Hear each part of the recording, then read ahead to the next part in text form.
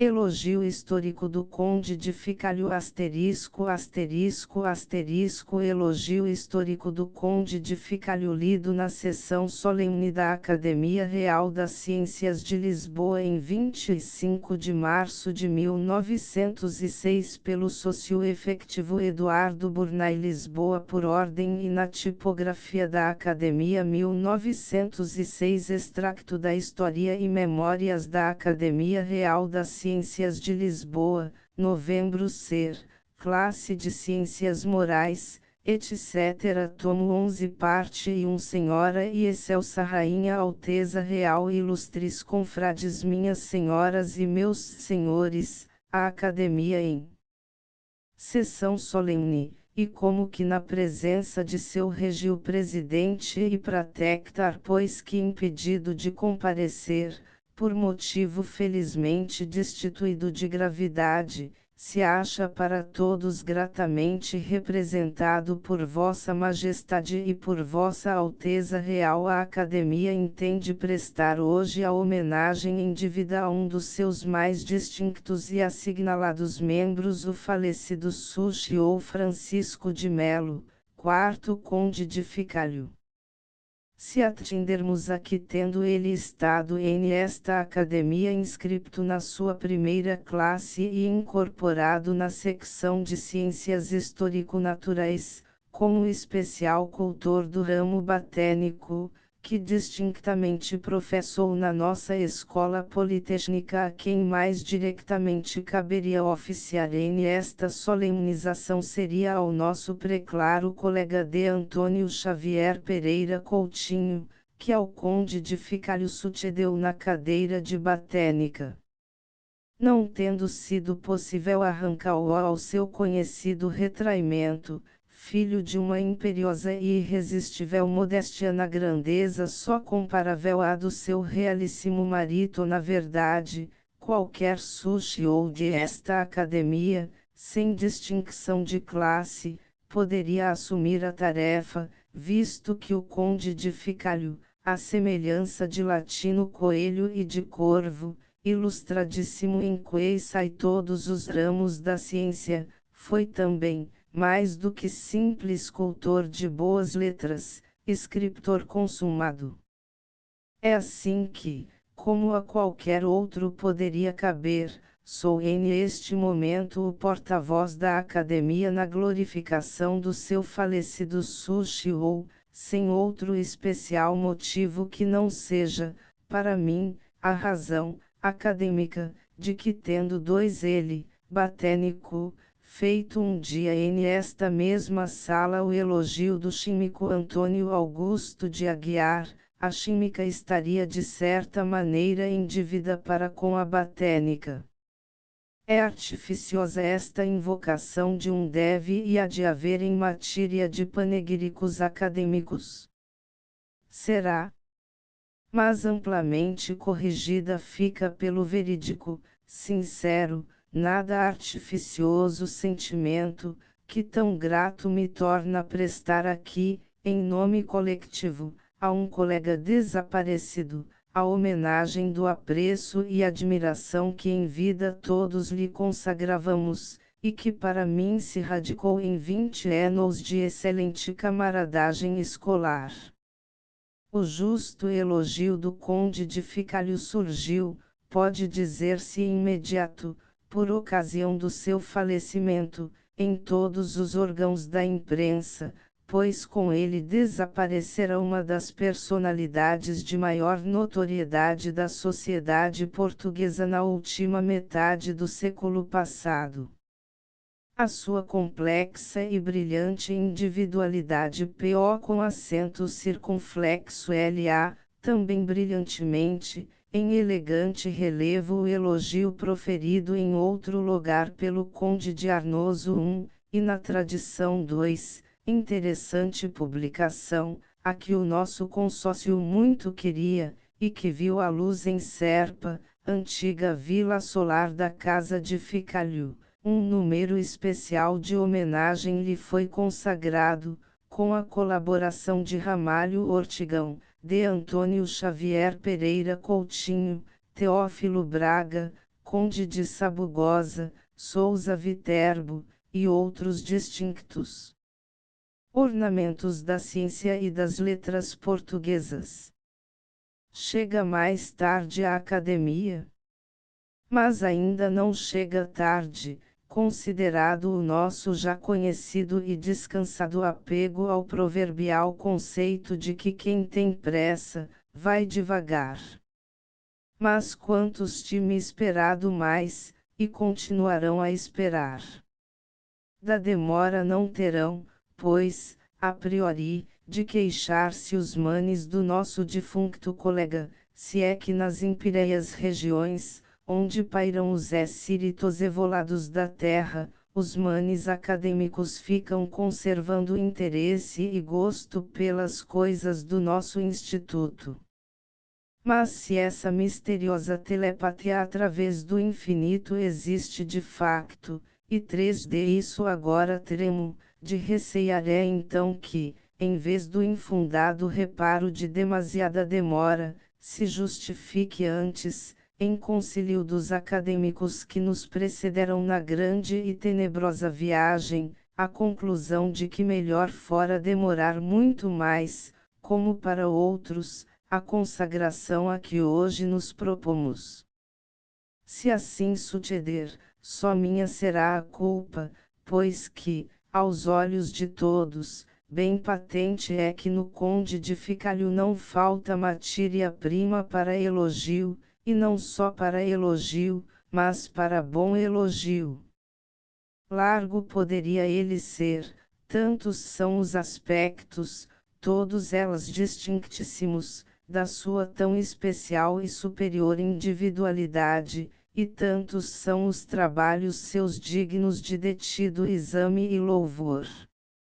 Mas a sessão de hoje não lhe pertence exclusivamente, tem de reparti-la com o sábio Teodoro Manson, a quem o nosso eminente confrade Souza Monteiro logo erigirá em aureias palavras o condigno monumento. E assim cumpre resumir-me, o que aliás faço tanto mais gostosamente quanto sempre algum proveito poderei auferir de me acolher, embora por necessidade, ao Horaciano preceito, que promete maior agrado aos discursadores que não abusem da atição do auditório. Igual posto isto, meus senhores, que hei de rapidamente referir da saudosa figura do Conde de Ficalho, como que presente ainda aos nossos sentidos. Todos recordam neste momento a sua tão esbelta figura, o seu tão donairoso porte, a sua escultural cabeça e a fina linha do seu perfil, o seu inteligente, aveludado e piscante olhar, a sua boca amorável e espirituosa, a sua voz suave e clara, a expressão acentuadamente intelectualizada da insinuante fisionomia, a aristocrática recendência de toda a sua pessoa.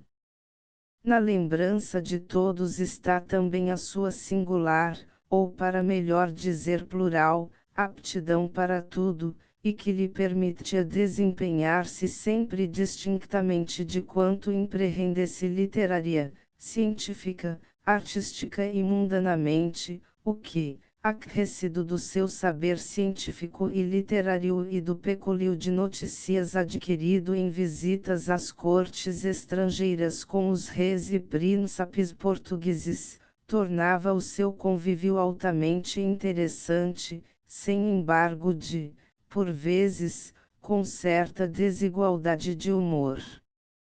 Que era o mas da sua normal afabilidade, se dar por secado e falto de pachorra. Ninguém esquece tão pouco, tão característico era, aquele patente e despreocupado ar de satisfação, de si próprio e do seu êxito na vida de que estava longe de ser um vencido, ar que nada se parecia com vaidade, e era apenas uma espécie de joie de vivre, e de que tão natural e temperadamente usava, que longe de ferir quem quer que fosse, que em si próprio ainda mais gosto fizesse, a todos parecia corrente, e antes mais inclinava para se simpatizar com esse agradável estado de alma, embora alheio, do que para de ele murmurar.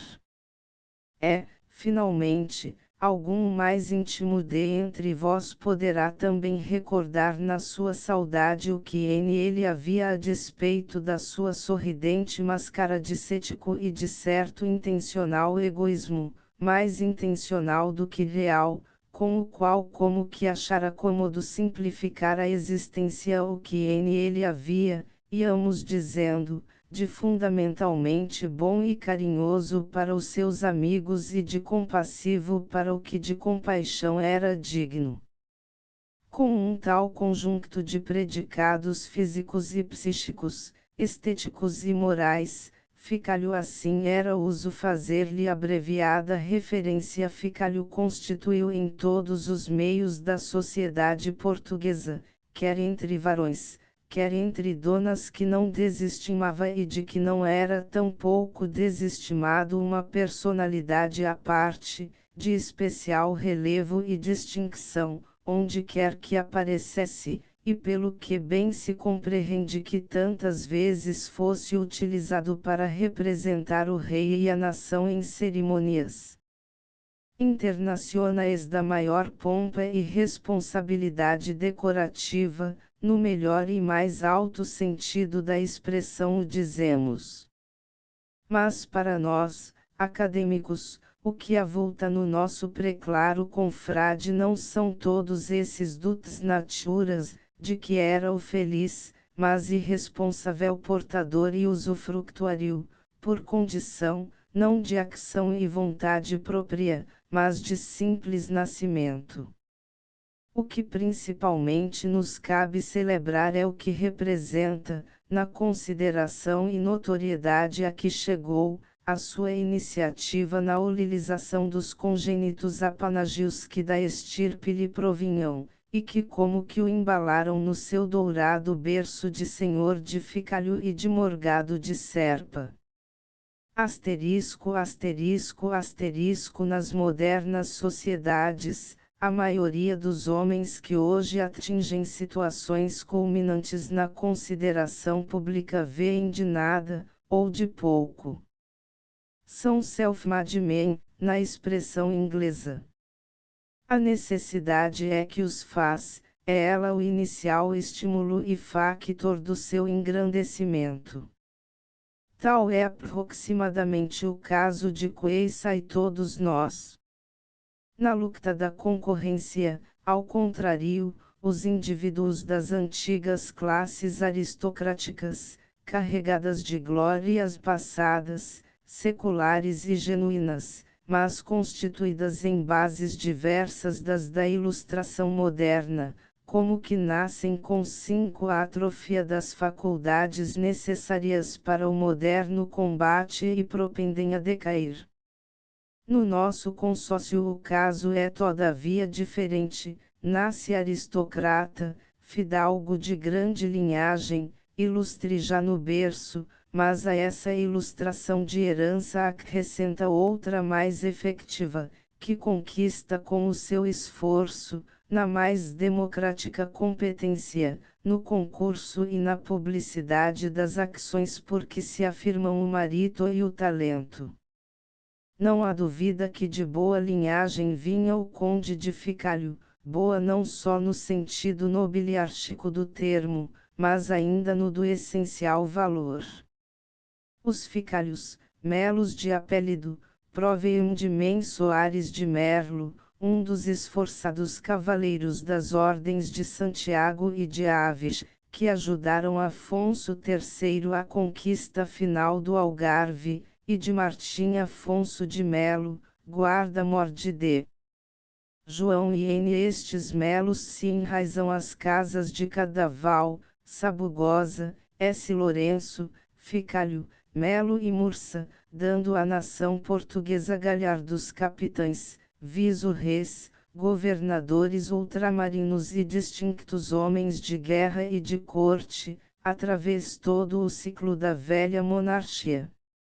Ao despontar, porém, das ideias liberas, ao passo que a massa da nobreza ríade se concentra na defesa das instituições seculares, os ficários vêm-os logo precocemente abraçados à nova causa, batendo-se e padecendo por ela. E pela causa não padecerão só os homens, os 4 filhos da condessa viúva de Ficalho, de Eugenia Antônio, que depois foi o Marques de Ficalho, Luís, que foi conde de Sobral, José, que na armada se distinguiu, e Francisco, que morreu conde de Mafra. Sofreu ela própria, prisioneira do governo miguelino no convento do Grilo, sequestrada de todo o conhecimento do destino dos valorosos filhos, pelo único crime, de ser sua mãe. Assim, com Palmela, terceira, Saldanha, Loulé, terminada a lucta, os ficários, como constitucionais que eram da véspera, e não de simples adesão ao triunfo liberal consumado, constituíram o núcleo da nova corte, onde sempre permaneceram nos mais altos cargos. A torturada mãe, nomeada camareira-mor da infantil rainha, foi feita marquesa e depois duquesa de Ficalho. Distinta raça esta dos Melos, que em tantas das suas vergontias, sem menosprezo de seus pergaminhos, antes de reforço a elas, mostrou compreender que os homens valem, acima de tudo, pelo seu mérito próprio e pelo de suas obras, que não pelo de seus antepassados, que apenas lhes cumpre honrar, e se esforçou em afirmar e desenvolver o valor próprio, em harmonia com o progressivo critério dos tempos.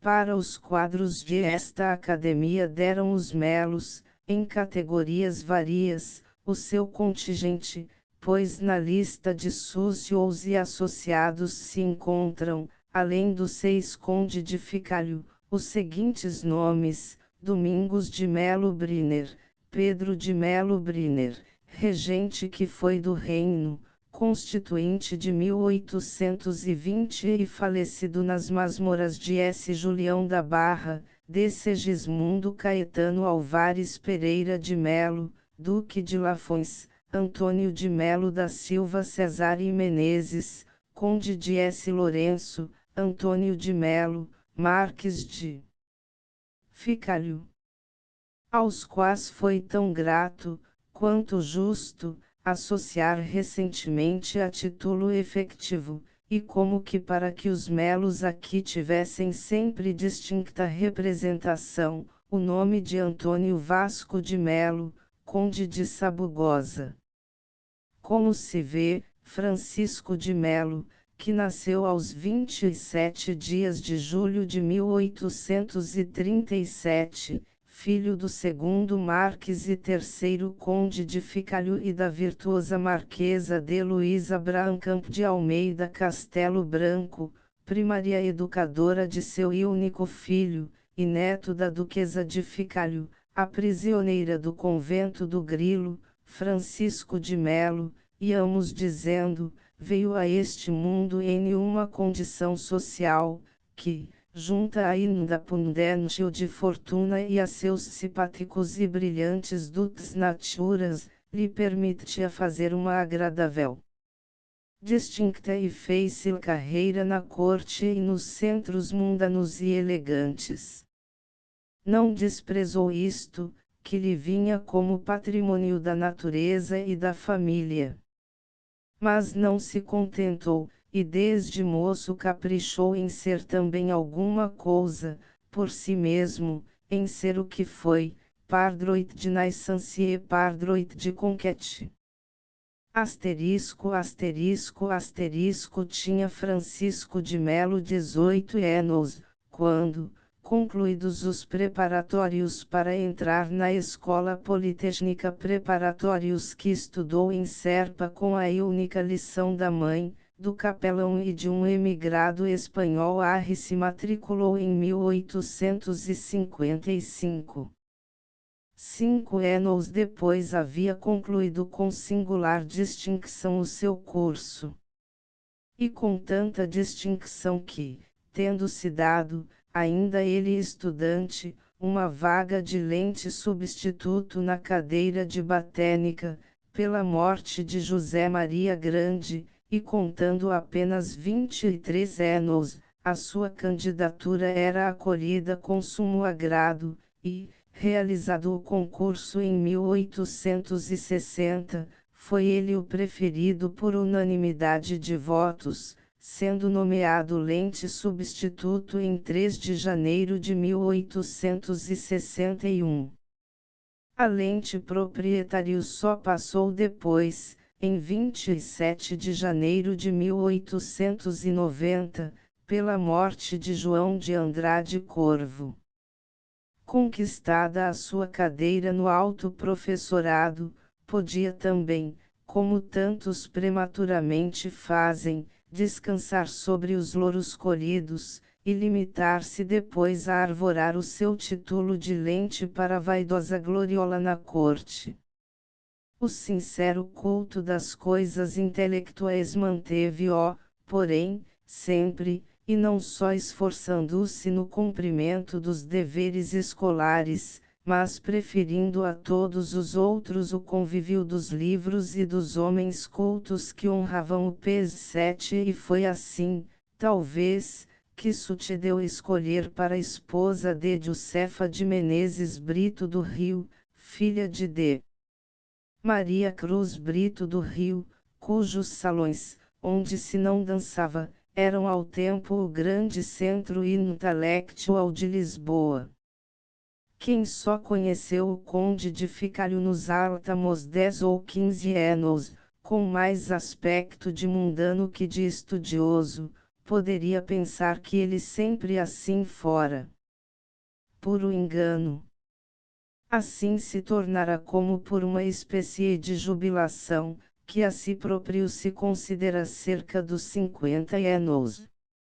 Mas além de que nunca desamparou os livros, e as suas últimas publicações o demonstram, na sua mocidade fora muito mais retraído das mundaneidades, que aliás não estavam também tanto na moda como hoje, em que propendem a degenerar em um assaz generalizado culto de deliquescente snobismo.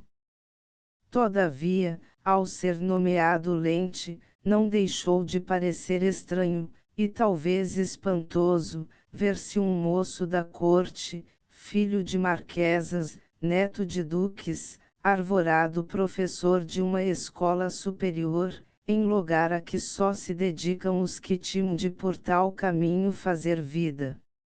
E dê aí maliciosos remoques e irônicos sorrisos sobre o caso, tão próprios do nosso galhofeiro meio.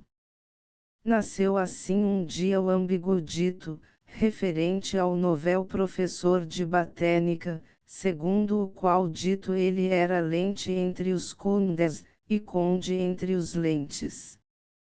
Maneira de se dar a supor que não era nem grande conde, nem famoso lente. A fórmula na sua simplicidade aforística, e na sua contextura simétrica e alternante, não deixa de ser engraçada, e foi durante algum tempo bastante glosada, pelo seu sabor malicioso, ou simplesmente espirituoso. Em si era absolutamente inexacta e injusta. Isto na parte de que podemos dar testemunho, e quero crer que na outra também. E tanto que não fez caminho. Se entre os condes, o de Ficário era ou não conde, não tenho qualidade para o dizer, mas no que por alto é conjecturável, e tanto quanto de isso é dado a simples acadêmicos prever, é lícito supor que se ele entre os condes não era conde, era então certamente marques, se não duque. Quanto a lente era entre os mais distintos lentes, e não desmerecendo no confronto com elas. Direi mais, tendo conhecido nas aulas públicas numerosos e abalizados mestres, poucos encontrei tão bem dotados para tão especial mister como o conde de Ficalho. Saber é uma coisa, ensinar é outra, embora o saber seja a base essencial de todo o ensino. Não se pode ensinar sem saber. Mas pode-se saber em absoluto e não se saber ensinar. O ensino não se faz com excesso de erudição ou de criticismo 8 sob pena de produzir inassimilável e nocivo infartamento, ou irresistível repugnância, desatição e tédio. O melhor professor não é o que propina mais doutrina, é o que na dose, qualidade e forma a incute mais eficazmente. Saber do seu maior pecúlio de ciência extrair o mais essencial, esse extracto conforma o em um molde mais simples para que se torne mais adaptável, condimental-o, se tanto for necessário, com observações ou exemplificações de caráter tal que tornem o assunto mais insinuante e próprio a conquistar a atenção e interesse do aluno, sem o que tudo é perdido. Tal é a regra pedagógica fundamental. A função do professor não reside por forma alguma em ostentar erudição. Ao contrário, a quei sai sempre que fazer o sacrifício de a ocultar, para não complicar o tema e o tornar incompreensível ou aborrecido, pois a arte do ensino, longe de ser, como alguns inconscientemente praticam, a complicação do simples, para o efeito de exibir transcendência, deve ser a simplificação do complicado, por vezes até a substituição das realidades naturais pelos simples esquemas ou fórmulas. De isto tem de compenetrar-se o professor.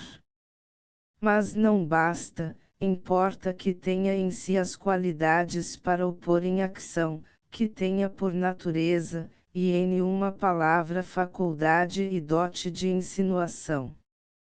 Uma expressão nítida, rigorosa e apropriada, que permite a seguir-se com a compreensão à exposição professoral, é indispensável, sendo tão impróprio e inconveniente o grande jogo da oratória retumbante e carregada de frases, como a linguagem confusa, imprecisa e equívoca.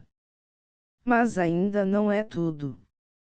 Se a voz é deficiente ou ingrata, se a articulação é imperfeita, se o sobre o gesto que acompanha a palavra não se canda, se os olhos não falam com a voz e pela sua cintilação não atraem convergentemente sobre o professor o olhar e com ele o ouvido e a atenção dos alunos, em grande parte a lição vai perdida.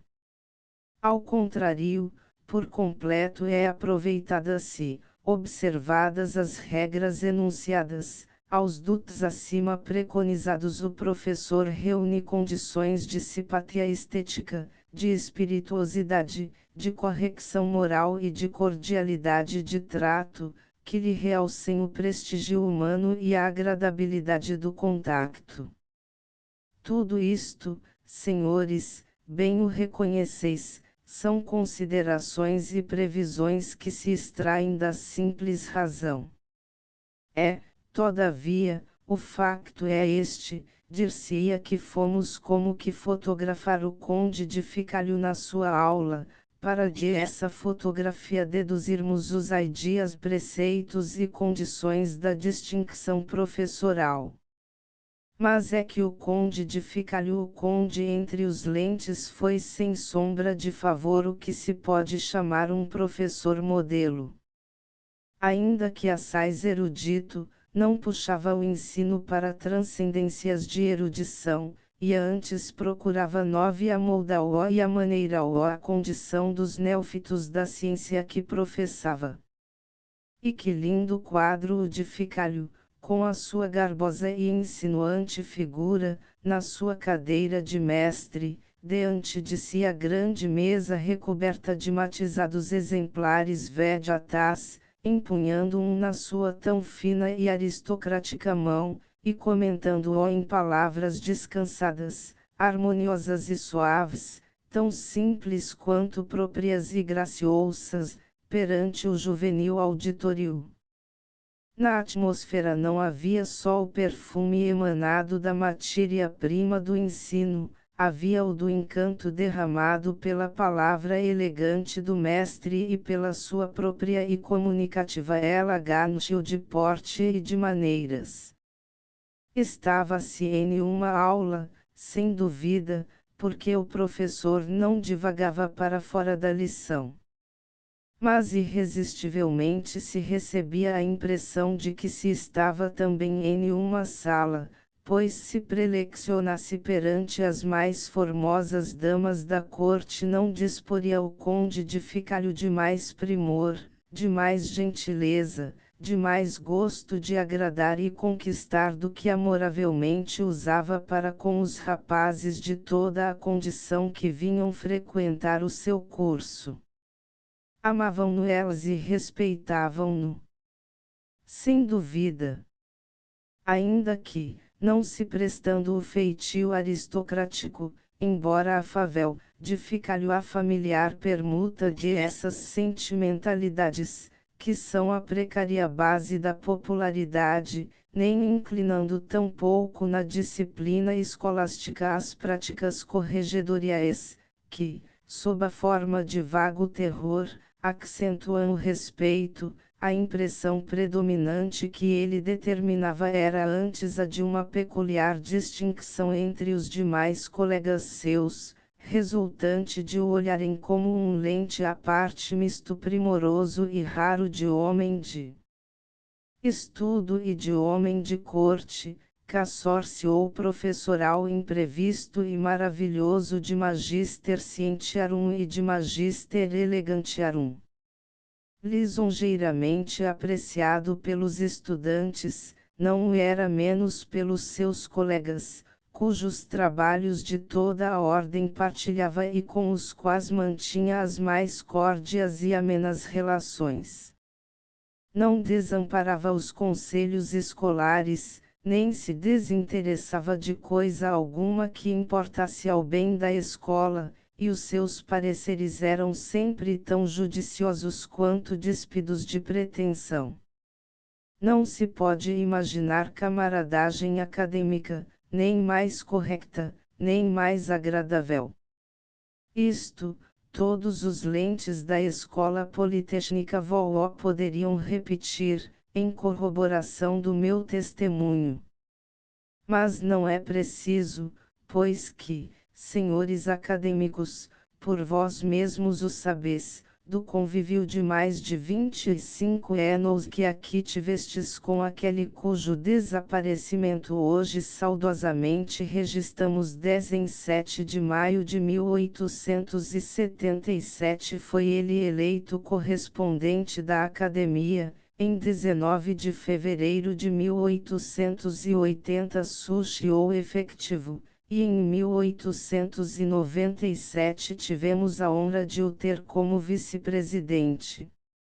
E durante esse assaz longo período, e em essas diversas condições, o nosso Instituto pôde sempre apreciar, ao lado do seu grande valor acadêmico, o conjunto de qualidades morais, que nos tornam hoje a sua memória tão respeitada e querida. Outras corporações a que pertenceu poderiam, aqui chamadas à autoria, trazer idênticos testemunhos. Mas, repetimos, não é preciso, o seu primor moral está em todas as consciências, e a sua valia acadêmica demonstra-se nos seus trabalhos, na sua bela e esmerada obra. O tempo nos aperta, mas indispensável é consagrar a esta algumas palavras. Asterisco, asterisco, asterisco. A obra do Conde de Ficalho é relativamente extensa e volumosa, mormente consideradas as prisões e distrações da corte, em que mais ou menos esteve sempre envolvido. Dada esta circunstância, mais admira ainda que seja também, como realmente é, de tão bom e escrupuloso quilate e de tão primoroso lavor. No campo restritamente científico, como naturalista, ocupou-se inicialmente o conde de Ficalho do estudo do herbário africano, colhido em missão a Fischer do governo português pelo Dr. Velvich, herbário pertencente a esta academia, subsequentemente confiado à Escola Politécnica, e de que em Londres existe duplicado. Esse estudo fê-lo conjuntamente com o Dr. Iern, que ultimamente publicou a conclusão dos trabalhos, na qual se encontra repetidas vezes a nota colaborativa do botânico português. E também com o mesmo Dr. Iern publicou em 1881, em inglês, nas Transactions da Sociedade Linneana de Londres, de onde foi vertida para português, a memória intitulada On Central Africa Plants Collected by Major Serpa Pinto. Compreende a nota de 60 espécies, das quais 20 foram descritas como novas. Concernente ainda à África, produziu em 1884, nos Boletim da Sociedade de Geografia, uma interessante memória de cerca de 300 páginas, intitulada Plantas úteis da África Portuguesa, com uma nota descritiva e histórica de 299 espécies. Da flora portuguesa se ocupou também, publicando, de 1877 a 1879, no Jornal da Academia, contribuições para a revisão de várias famílias de plantas portuguesas do continente, e em 1899, com a colaboração de Pereira Coutinho XI nos deu nos Boletins da Sociedade Broteriana, de Coimbra, valioso trabalho sobre as roséias de Portugal, compreendendo a diagnose de 76 espécies, relativas a 26 gêneros. Mas o conde de Ficalho não tinha o temperamento de um simples e frio naturalista. A sua tão completa e esmerada educação abrira-lhe horizontes mais largos, e o seu fundo era irresistivelmente de artista. Assim, a maior parte da sua obra científica assume, não só caráter literário e filosófico, mas uma perfeição e graça de forma, que a torna singularmente distinta. A memória sobre a Malagueta, apresentada em 1878 à nossa Academia, é no gênero um verdadeiro primor, onde se revela a vasta leitura, excelentemente exposta, e consideráveis recursos de conhecimentos históricos, geográficos e filológicos. É modelar. Em 1880 celebrava-se o Centenário de Camões. Ficalho consagrou-lhe também uma pequena monografia, que pitorescamente intitulou Flora dos Lusíadas. É a identificação de todas as espécies vegetais referidas no imortal poema, europeias e exóticas, em número de 52. Trabalho essencialmente de erudição e de técnica botânica, mas constituindo no conjunto uma peça literária do mais gracioso lavor, nos seus 3 capítulos, Flora Poética, a Ilha dos Amores, Flora Tropical. A Ilha dos Amores existe. Onde? No Atlântico, no Mediterrâneo, nos mares do Oriente. Faria e Souza localizou-a na Ilha Anchediva. O Morgado de Mateus, e outros, na Ilha de Santa Helena. Gomes Monteiro na ilha de Zanzibar. Ficalho dilucida o ponto, tão simples, quanto admiravelmente, a flora da ilha é a flora a um tempo da pétrea portuguesa e a clássica flora de Homero, de Virgílio e de Ovídio. Portanto, a verdadeira situação geográfica da ilha, conclui ele, é na fantasia do poeta, e não está mal colocada. Ponto interessante também, em esta engenhosa monografia de 100 páginas, é a observação dos abundantes conhecimentos que Camões tinha da flora, como de tudo o mais que ao tempo se sabia, e da precisão, propriedade e justeza com que, dentro do impecável metro e da perfeita rima, caracterizava a espécie natural a que queria fazer referência. Afirmado o seu gosto e competência para os trabalhos de erudição botânica, Ficalho estava naturalmente indicado para presidir a reedição dos Colóquios dos Simples e Drogas da Índia, de Garcia da Horta, deliberada em 1889 pela Academia.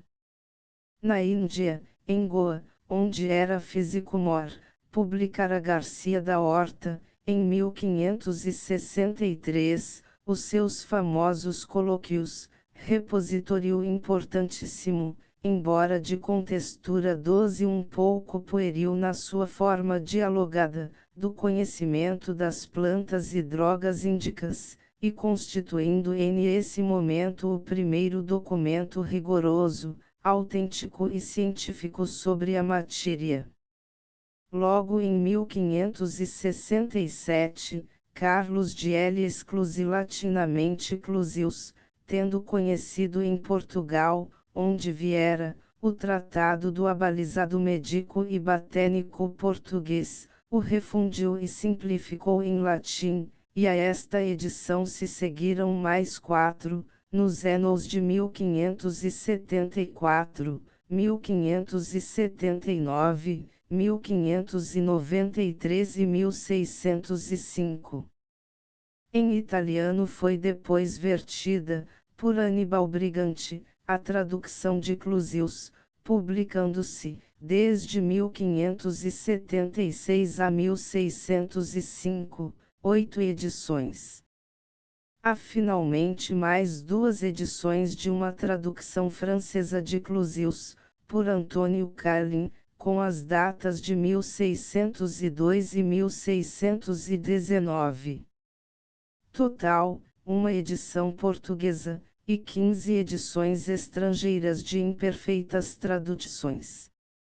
Em 1841 a Sociedade de Ciências Médicas chamava para o assunto a atenção dos poderes públicos, pedindo a reimpressão dos colóquios, de cuja primeira edição eram já preciosamente raros os subsistentes exemplares, e recorria à intervenção de Frei Francisco de S.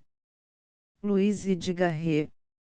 Ambos fizeram à ideia o melhor acolhimento, e por portaria de 27 de maio de 1841, assignada por Rodrigo da Fonseca Magalhães, se determinou a reimpressão dos colóquios, sob a direção do conselheiro João Baptista de Almeida Garret. Não teve andamento este tentamen, e é só em 1872 que Varnhagen, Visconde de Porto Seguro, nos dá uma segunda edição da obra de Garcia da Horta. Para se ocupar de este trabalho era sem dúvida competente Varnhagen, mas, ou porque eu não pudesse acompanhar, ou por qualquer outro motivo, a nova edição saiu com bastos erros, uns trazidos da primeira, outros novos, e desacompanhada das necessárias elucidações. Foi isto, sem dúvida, que motivou a deliberação da Academia, encarregando o Conde de Ficalho de levar a cabo uma nova edição dos colóquios, devidamente apurada e comentada.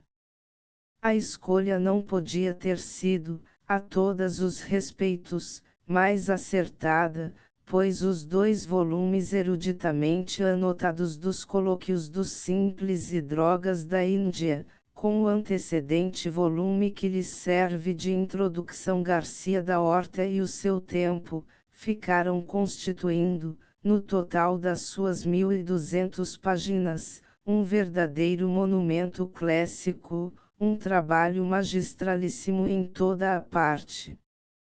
Foram as leituras feitas para a confecção do admirável prefácio histórico dos colóquios que deram mais tarde ao Conde de Ficalho a ideia e lhe propiciaram os fundamentais elementos para o livro que a esse trabalho se seguiu as viagens de Pedro da Covilhã.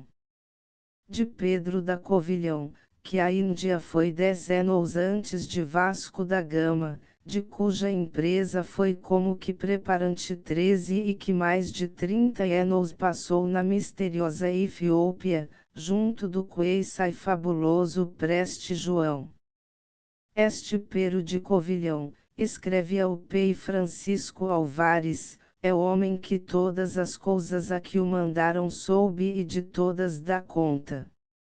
Ficalho comenta eloquentemente, no fecho do seu belo volume mandaram-no procurar a pimenta e a canela, quando ninguém nas nossas terras ocidentais sabia de onde aquelas especiarias vinham, e ele foi, e encontrou o caminho, e chegou à Índia, e não se contentou em ir à Índia, foi também a Sofala. Mandaram-no ao Preste João, quando ninguém conhecia a sua morada, nem Queissai em que parte do mundo tal morada se encontrava, e ele foi, e achou o Preste João, e fez-se amigo da avó do Preste João, e acabou pela convencer que devia mandar uma embaixada a Portugal. Todas as coisas a que o mandaram soube, e de todas deu conta. É um minúsculo espécimen do estilo e maneira de Ficalho, mas que bem retrata as suas qualidades de simplicidade, de relevo, de gosto e de alma.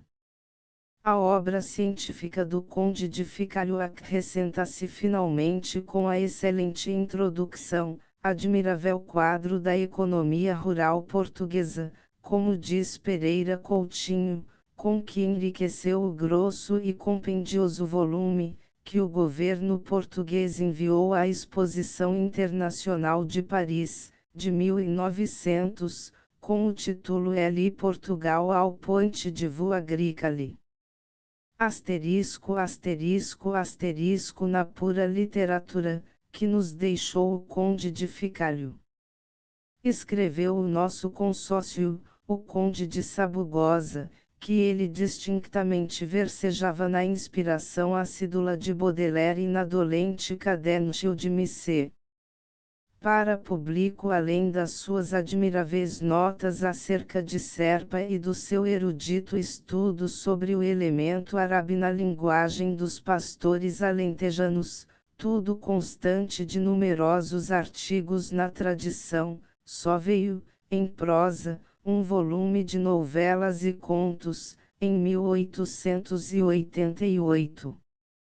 Mas na sua mesma simplicidade, que primor de concepção, de observação, de análise, de execução, e que revelação de talento romântico, esse delicioso volume, em que se encontram, uma eleição perdida a caçada do malhadeiro a maluca de a dos corvos a pesca do savel os cravos mais uma.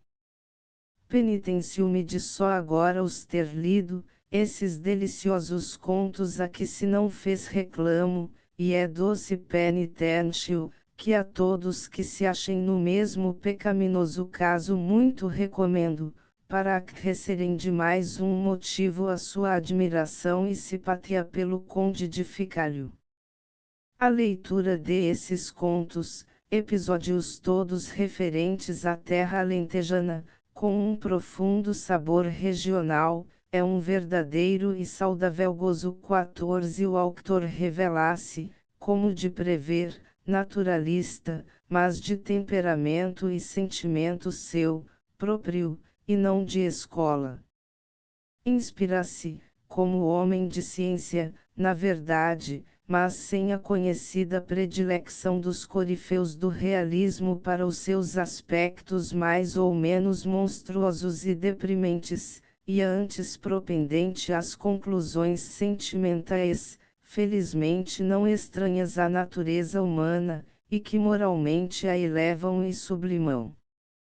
Na primeira e mais importante das novelas Uma Eleição Perdida, no fidalgo Júlio de Azevedo julga-se a princípio ver despontar uma espécie de parente de Carlos da Maia, o brilhante e amoral protagonista do famoso romance Lisboeta de Eça de Queiroz, mas o desengano vem com comovido aprazimento do leitor. Júlio de Azevedo, coisa menos vulgar na literatura realista, não é neurastênico, nem nevrótico, nem degenerado, mesmo superior. A fisiologia não se impõe em ele acima das exigências da dignidade humana, que prevalecem. Tem sentimentos, tem disciplina moral, e o episódio simples e casto do seu vago e doce enleio com a tão tímida e rendida Margarida, a filha do entrevado escrivão Pascoal, o passarinheiro da meninice de Júlio, mais de uma vez, pelo seu encanto tão singelo e irresistivelmente sentimental, nos umedece as pálpebras. Que revelação esta, e tão inesperada, Ficálio, juntando a tantas outras faculdades a de um enternecimento tão subtilmente comunicativo.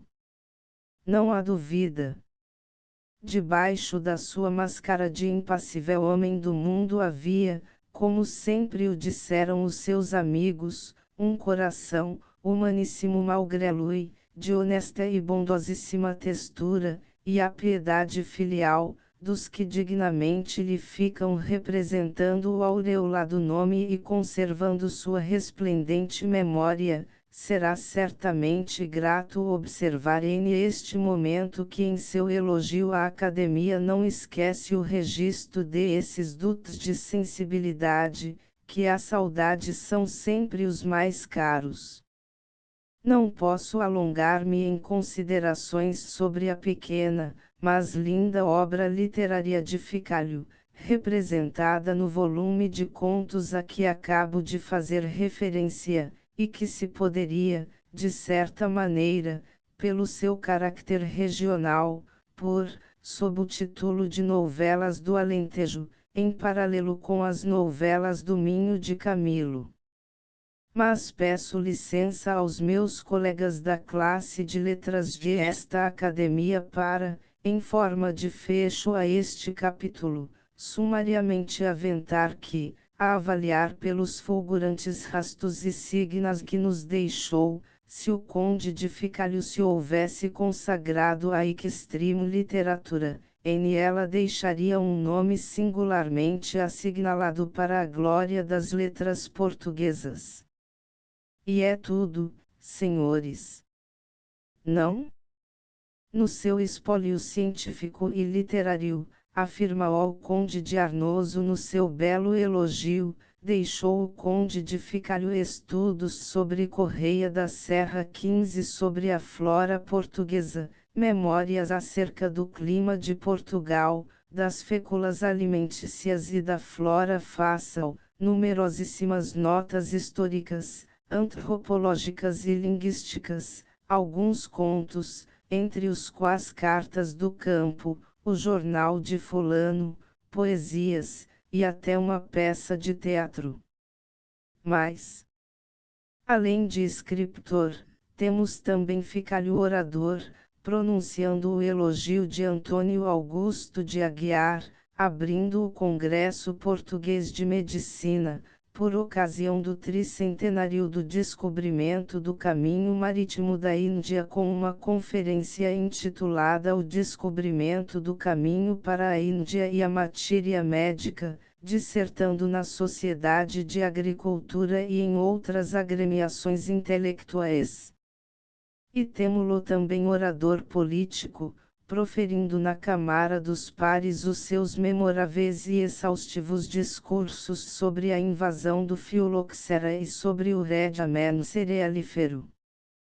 Falava como escrevia, com a mesma correnteza, propriedade e elegância, e na tribuna também o seu distinto porte físico soberanamente o realçava. E já que à política fiz referência, cumpre registrar que mais de uma vez foi convidado para ministro. Fontes, Bocage e Intes e Ribeiro Debalde insistiram com ele. Recusou sempre, com premeditada e intencional obstinação. Chega hoje isto coiça a não acreditar-se, ter existido, vivo e palpável, sem defeito, um português que não queria ser ministro. Vê-se que o nosso consórcio, quando se lhe proporcionava a ocasião, não se lhe dava de cultivar também a excentricidade. Asterisco, asterisco, asterisco, o conde de Ficalho, meus senhores, como reis visto, foi distinctamente tudo quanto quis ser, com muita glória para si e muita honra para o seu país.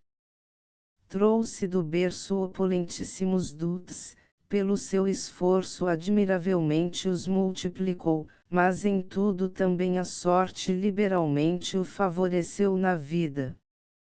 Foi tudo quanto mais eminentemente se pode ser. Na corte foi mordomo-mor, na ordem política, par do reino, conselheiro de Estado, embaixador extraordinário, na ciência e nas letras, lente e acadêmico, na esfera mundana, um verdadeiro árbitro, cujos varones e encantadores predicados, mais de uma vez estamos em conjectural como acadêmicos, a quem nenhum interesse humano pode ser indiferente mais de uma vez, íamos dizendo, teriam, na longa e brilhante carreira do nosso consórcio, posto em doce palpitação íntimos anseios de fragesse. Comovidos corações. Mas Fidalgo ficou sempre e homem de corte, superior às ávidas ambições 16 da época, hostil aos equívocos e promiscuidades a que tais ambições conduzem, considerando-as absolutamente incompatíveis com a sua condição no serviço real, e com o bom gosto com que sempre primou em desempenhá-lo, junto de El Rei de Luís, de saudosa memória, e junto de Sua Majestade El Rei de Carlos, que por esse e pelos seus demais maridos tanto e tão justamente o apreciava. Ninguém o invejava, estava como que orcacor, e antes todos se compraziam no convívio social, praxamo ao longínquo, de aquela espécie de compêndio vivo de maridos e elegantios. Na sociedade portuguesa, mormente na capital do reino, tinha uma evidência e notoriedade especiais, em que prestígio, simpatia e curiosidade se confundiam, e assim quando um dia, o da chegada da real família dos Açores, correu a notícia de que o conde de Ficalho fora acometido de um delíquio no arsenal, houve um primeiro sobressalto. Pouco depois o facto repetia-se, e logo a má nova se espalhou que a sua saúde estava gravemente comprometida, que o seu robusto organismo se achava ferido de morte, na trama nobre e aristocrática por excelência da humana textura, no sistema nervoso. Começou-se a reparar nele. Retesava-se contra o adversário, mas a tristeza invadira-o, e transparecia na forma de uma maior afectuosidade. O andar tornara-se incerto e mal equilibrado, da espinha o mal subia ao cérebro, e na fela, no olhar, no pensamento, havia prelúdios tímidos e fugazes, mas irrecusáveis e fetas, de incipiente inconsciência e desvairamento, que a todos infundia a maior tristeza. Ambulava, articulava, mas já não era o conde de Ficalho. Estava vivo ainda, mas era pior do que se estivera morto. Não era ele. Era o seu fantasma, de dolorosa e arrepiante visão. Felizmente para ele, felizmente para todos, o angustioso espetáculo do progressivo desmoronamento de aquele privilegiado e cintilante exemplar humano não se prolongou muito.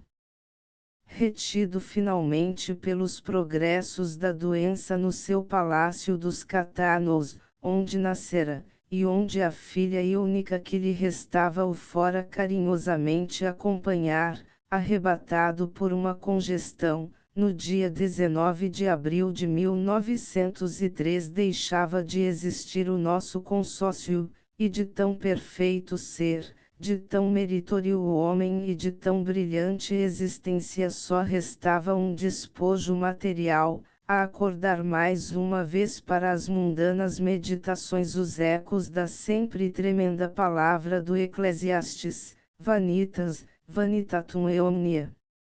Vanitas, igual 17. Mas será tudo vaidade, meus senhores, na existência do homem, desde os danos da natureza, os felizes acassos da fortuna, até a própria virtude e sabedoria, como desoladamente o proclama o desabusado e penitente Salomão.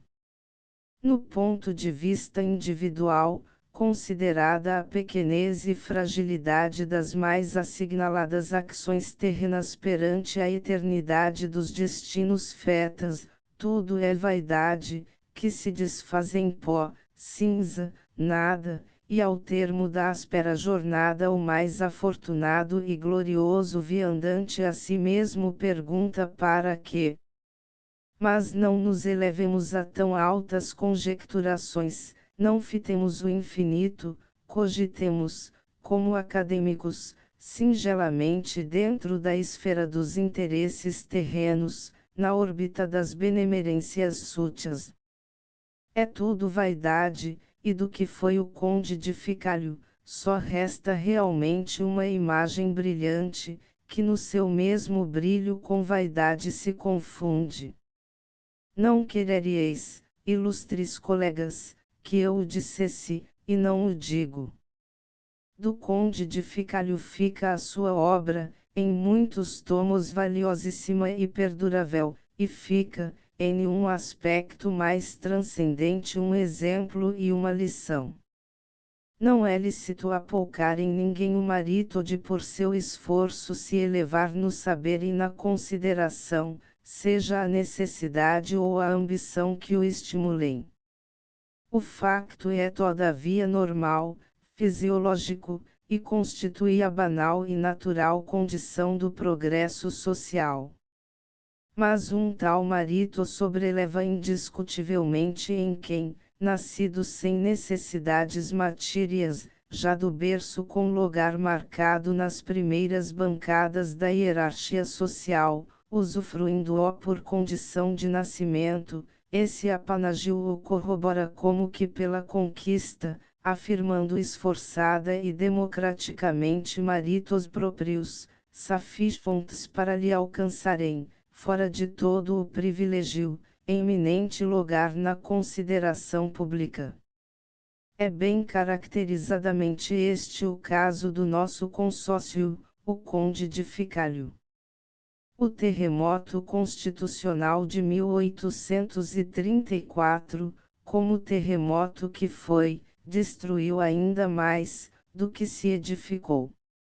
A nobreza sofreu um profundo e talvez excessivo golpe, que a ulterior supressão completa dos vínculos veio também excessivamente consumar, e de aí começou o desmoronamento das grandes e tradicionais famílias, que eram como monumentos da história de Portugal, pelo esforço de cujo sangue a nação se constituíra, se mantivera e engrandecera, e que deviam ser salvaguardadas, como elos preciosos entre o passado e o futuro, a afirmarem a continuidade e indissolubilidade da glória nacional.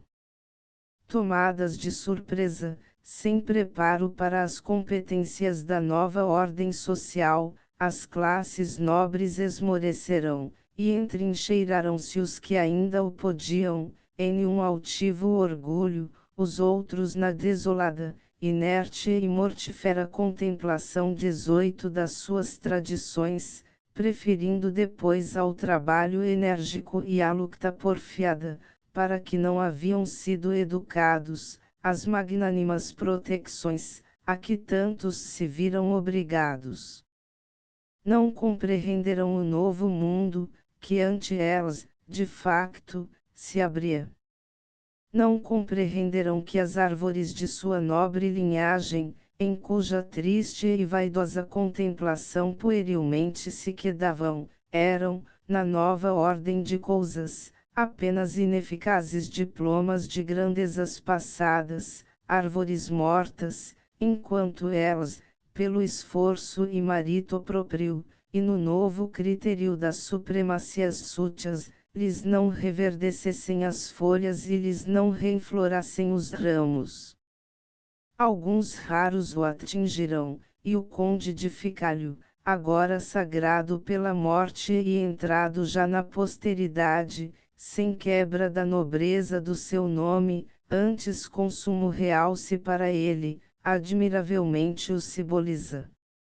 Não há aqui, senhores, uma soberba lição, um experimental exemplo e um irrecusável estímulo para que os nitos dos que galhardamente combaterão pela espada procurem manter a fama dos avós nas competências modernas do marito intelectual e científico, aquele que hoje em dia todas as portas abre, a todos os lougers dá acesso, e em igual consideração chega a confundir e irmanar, nos fastos gloriosos de uma nação, testas secularmente coroadas, como Luís XIV, o Rei Sol, e simples filhos do povo. Como Luís Pasteur, de imortal e benemerita memória. A aristocracia moderna, e a queisai dizer a aristocracia democrática, é a da ciência e das letras, a do talento. Só esta é universalmente irrecusável, no tempo e no espaço. Monarchas e príncipes não só a veneram, mas em ela se comprazem em incorporar a majestade de sua alta condição, como também em eles próprios estimam fundar a consagração de maritos pessoas, que perante o mundo lhes realça a herdada primazia.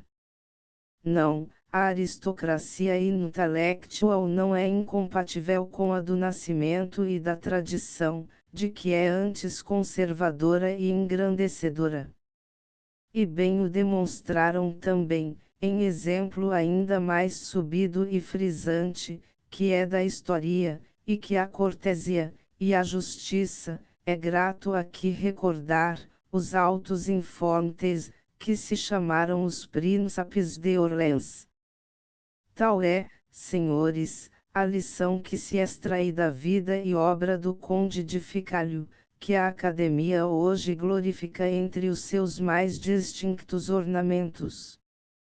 E não distoa ela certamente em este instituto, fundado em 1780 por D. João XIX Carlos de Bragança, Duque de Lafões Quimores hominem multorum vidite urbis, e ao qual, com duplo e prestigioso título, preside quem, por nativo direito investido em tal função, por direito científico teria igualmente lugar aqui, entre os acadêmicos, que pela única afirmação de algum valor ou esforço próprio conquistaram o seu ingresso em esta casa. Disse um conde de Arnoso elogio do conde de Ficalho.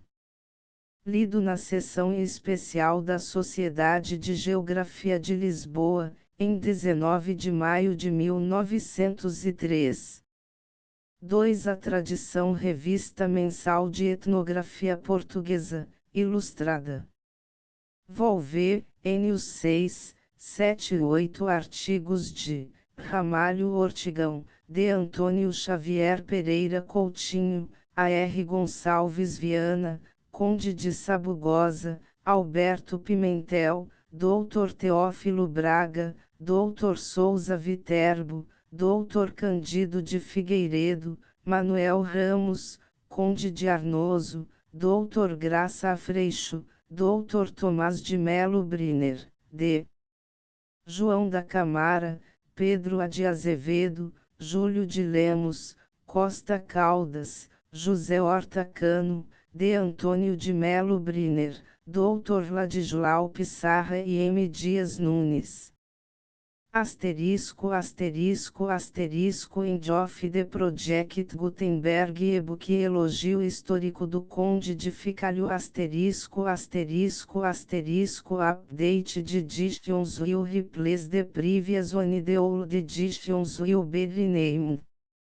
Creating the works from print editions not protected by US copyright law means that no one owns the United States copyright in these works, so the foundation, and you, can copy and distribute it in the United States without permission and without paying copyright royalties.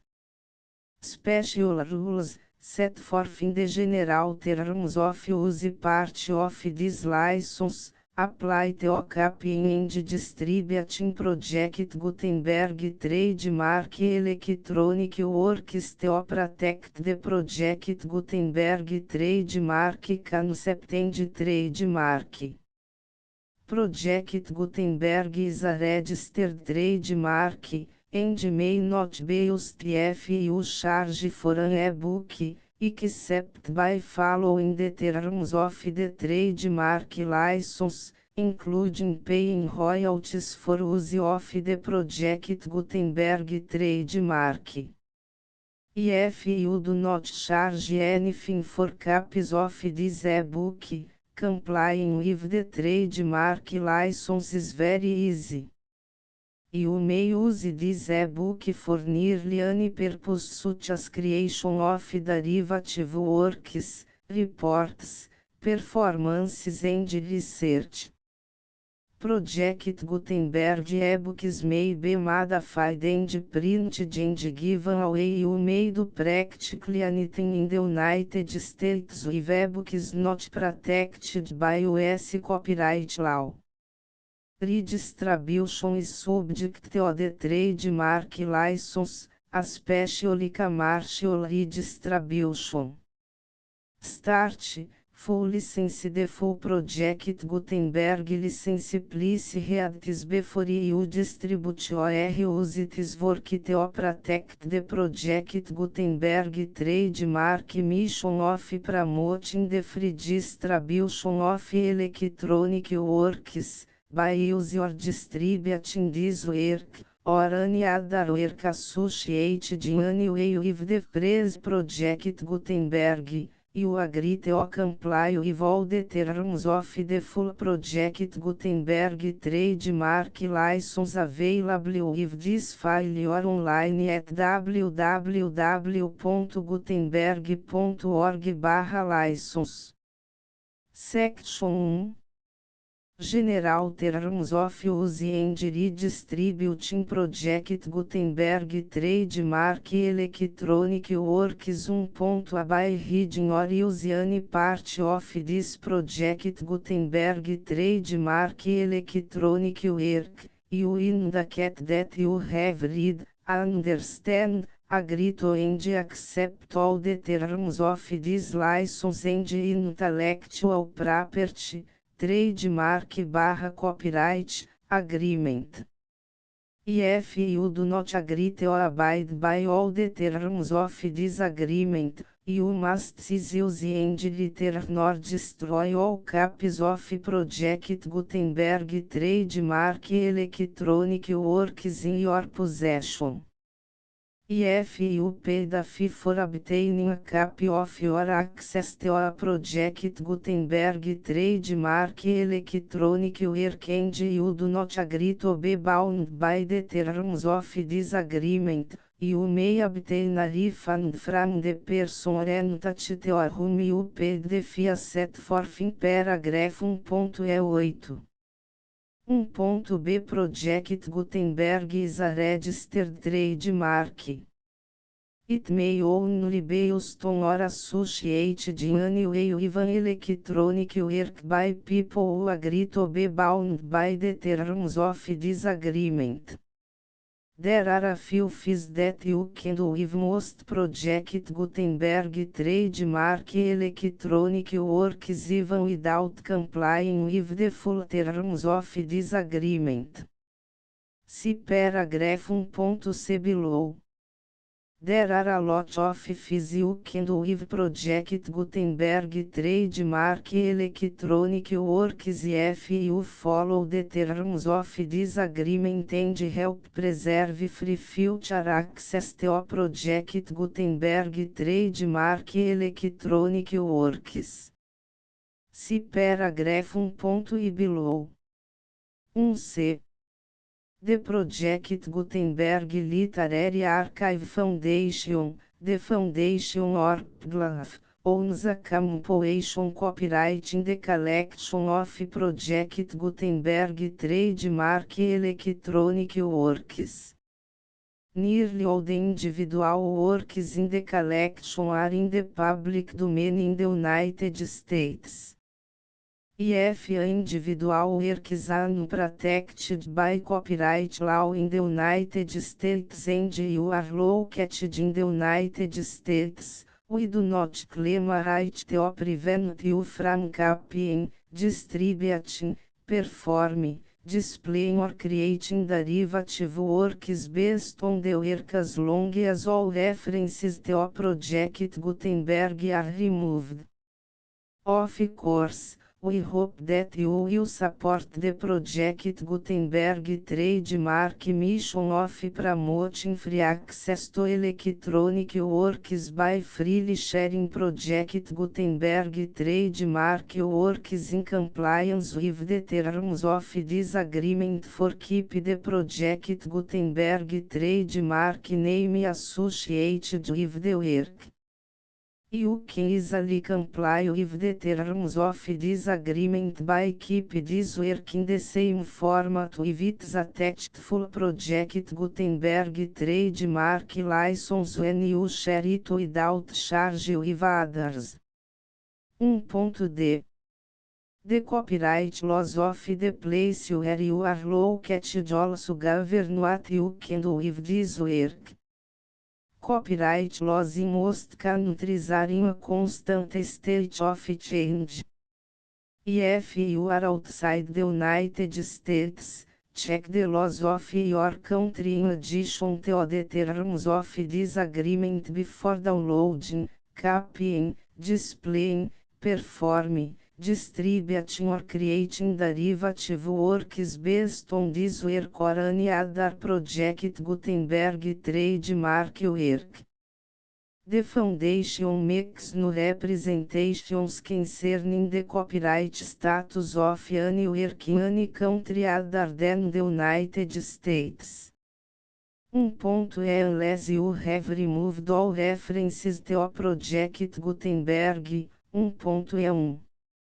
The following sentence, with active links to, or other immediate access to, the full Project Gutenberg trademark license must appear permanently whenever any copy of a Project Gutenberg trademark work, anywhere on which the phrase Project Gutenberg appears, or with which the phrase Project Gutenberg is associated, is accessed, displayed, performed, viewed, copied or distributed, This e-book is for the use of anyone anywhere in the United States and most other parts of the world at no cost and with almost no restrictions whatsoever. You may copy it, give it away or reuse it under the terms of the Project Gutenberg license included with this ebook or online at www.gutenberg.org. If you are not located in the United States, you will have to check the laws of the country where you are located before use this ebook. 1.E2 IF a individual project Gutenberg trademark electronic works derived from texts not protected by US copyright law, does not contain a notice indicating that it is posted with permission of the copyright holder. The work can be copied and distributed to anyone in the United States without paying any fees or charges. If you are redistributing or providing access to a work with the phrase Project Gutenberg associated with or appearing on the work, you must comply either with the requirements of paragraphs 1.E1 through 1.E7 or obtain permission for the use of the work and the Project Gutenberg trademark as set forth in paragraphs 1.E8 or 1.E9. 1.E3 IF a individual project Gutenberg trademark electronic works posted with the permission of the copyright holder, your use and distribution must comply with both paragraphs 1.E1 through 1.E7 and any additional terms imposed by the copyright holder. Additional terms will be linked to the Project Gutenberg trademark license for all works posted with the permission of the copyright holder found at the beginning of this work. 1.E4 Do not unrecord that or remove the full Project Gutenberg trademark license terms from this work, or any files containing a part of this work or any other work associated with Project Gutenberg trademark. 1.E5 Do not copy, display, perform, distribute or redistribute this electronic work, or any part of this electronic work, without permanently displaying the sentence set forth in paragraph 1.E1 effective links or immediate access to the full terms of the Project Gutenberg trademark license. 1.E6 You may convert to and distribute this work in any binary, compressed, marked up, non-proprietary or proprietary form, including any word processing or hypertext form. However, if you provide access to or distribute copies of a Project Gutenberg trademark work in a format other than plain vanilla ASCII or other format used in the official version posted on the official Project Gutenberg trademark website, www.gutenberg.org fecha parênteses you must, at no additional cost, for expense to the user, provide a copy, a means of exporting a copy, or a means of obtaining a copy upon request, of the work in its original plain vanilla ASCII or other form. Any alternate format must include the full Project Gutenberg trademark license as specified in paragraph 1.E1. 1.E7 Do not charge a fee for access to, viewing, displaying, performing, Copying or distributing any project Gutenberg trademark works unless you comply with paragraph 1.E8 or 1.E9. 1.E8. You may charge a reasonable fee for copies of your providing access to or distributing project Gutenberg trademark electronic works provided that, item you pay a royalty fee of 20% of the gross profits you derive from the use of project Gutenberg trademark works calculated use the method you already use to calculate your applicable taxes. The fees owed to the owner of the project Gutenberg trademark, but he has agreed to donate royalties under this paragraph to the project Gutenberg Literary Archive Foundation. Royalty payments must be paid within 60 days following each date on which you prepare, or are legally required to prepare, your periodic tax returns. Royalty payments should be clearly marked as such and sent to the project Gutenberg Literary Archive Foundation at the address specified in Section 4, Information about donations to the project Gutenberg Literary Archive Foundation. Item you provide a full refund of any money paid by a user who notifies you in writing, or by email, within 30 days of receipt that S/he does not agree to the terms of the full project Gutenberg trademark license. You must require such a user to return or destroy all copies of the works possessed in a physical media and discontinue all use of and all access to other copies of project Gutenberg trademark works. Item you provide, in accordance with paragraph 1.F3, a full refund of any money paid for a work or a replacement copy, if a defect in the electronic work is discovered and reported to you within 90 days of receipt of the work. Item you comply with all other terms of this agreement for free distribution of project Gutenberg trademark works. 1.E9. If you wish to charge a fee or distribute a project Gutenberg trademark electronic work or group of works on different terms than are set forth in this agreement, you must obtain permission in writing from the project Gutenberg Literary Archive Foundation, the manager of the project Gutenberg trademark.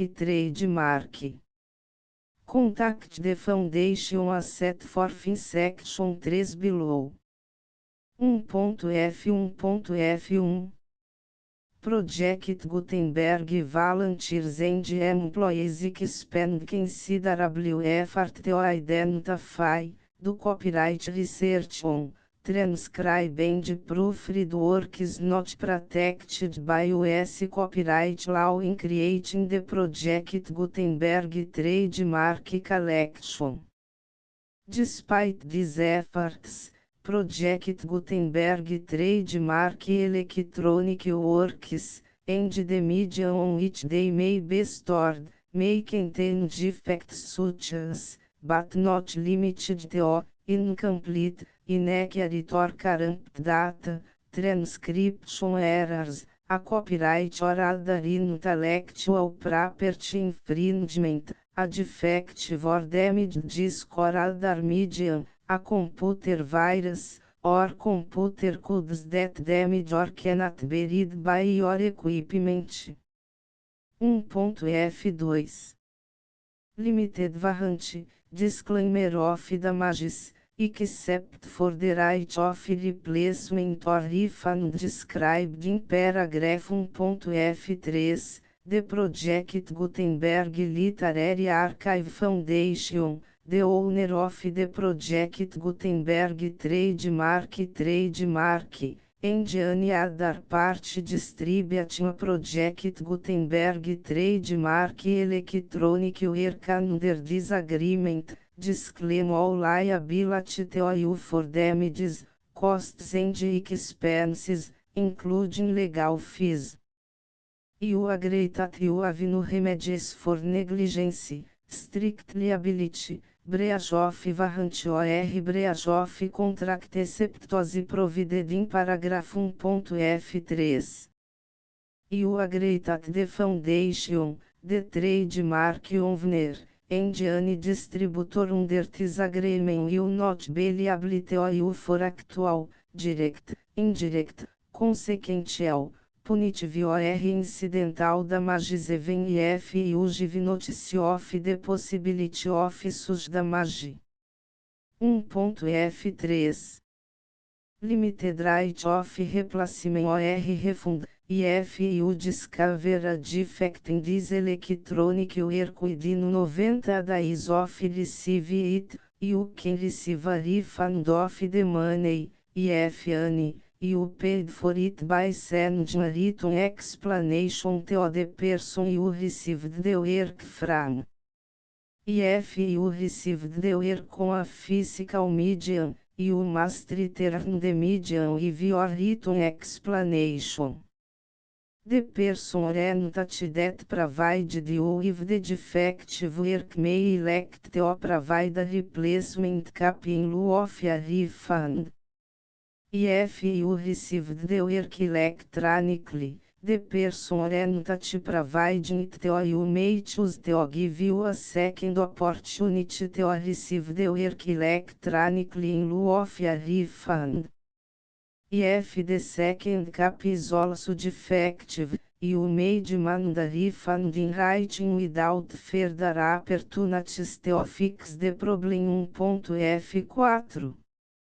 Except for the limited right of replacement or refund set forth in paragraph 1.f3, this work is provided to you as is, with no other warranties of any kind, express or implied, including but not limited to warranties of merchantability or fitness for any purpose. 1.f5. Some states do not allow disclaimers of certain implied warranties or the exclusion or limitation of certain types of damages. If any disclaimer or limitation set forth in this agreement violates the law of the state applicable to this agreement, the agreement shall be interpreted to make the maximum disclaimer or limitation permitted by the applicable state law. The invalidity or unenforceability of any provision of this agreement shall not void the remaining provisions. 1.f6.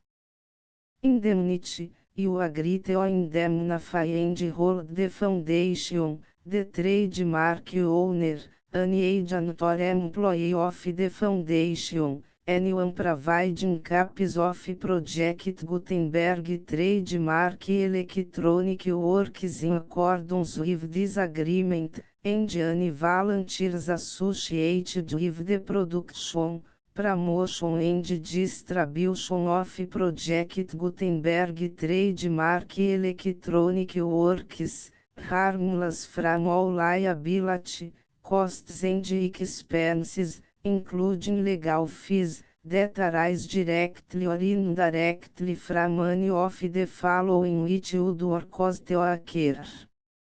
A. Distribution of this or any Project Gutenberg trademark work. B. Alteration, modification, or additions or deletions to any Project Gutenberg trademark work, and C. Any defect you cause.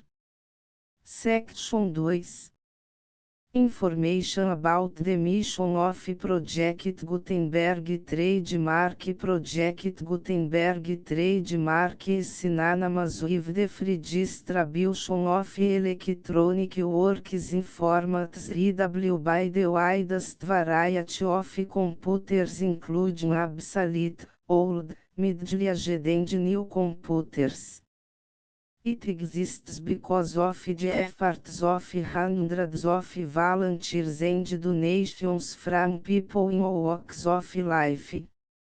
Volunteers and financial support to provide volunteers with the assistance they need are critical to reach Project Gutenberg Trademark's goals and ensuring that the Project Gutenberg Trademark Collection will remain freely available for generations to come. Em 2001, the Project Gutenberg Literary Archive Foundation was created to provide a secure and permanent future for Project Gutenberg Trademark and future generations. To learn more about the Project Gutenberg Literary Archive Foundation and how your efforts and donations can help, see sections 3 and 4 and the Foundation information page at www.gutenberg.org. Section 3. Information about the Project Gutenberg Literary Archive Foundation. The Project Gutenberg Literary Archive Foundation is a non-profit 501(c)(3) educational corporation organized under the laws of the State of Mississippi and granted tax-exempt status by the Internal Revenue Service. The Foundation Senior Federal Tax Identification Number is 64-6221541. Contributions to the Project Gutenberg Literary Archive Foundation are tax deductible to the full extent permitted by U.S. federal laws and your state's laws. The Foundation's business office is located at 809 North 1500 West, Salt Lake City, Utah 84116, 8015961887. E-mail contact links and up-to-date contact information can be found at the Foundation's website and official page at www.gutenberg.org/contact section 4. Information about donations to the Project Gutenberg Literary Archive Foundation. Project Gutenberg Trademark depends upon and cannot survive without widespread public support and donations to carry out its mission of increasing the number of public domain and licensed works that can be freely distributed in machine-readable form accessible by the widest array of equipment including outdated equipment. Many small donations, $1 to cifrão 5,000, are particularly important to maintaining tax-exempt status with the IRS. The Foundation is committed to complying with the laws regulating charities and charitable donations in all 50 states of the United States. Compliance requirements are not uniform and it takes a considerable effort, much paperwork and many fees to meet and keep up with these requirements. We do not solicit donations in locations where we have not received written confirmation of compliance. To send donations or determine the status of compliance for any particular state, visit www.gutenberg.org/donate. While we can attend do not solicit contributions from states where we have not met the solicitation requirements, we know of no prohibition against accepting unsolicited donations from donors in such states who approach us with offers to donate.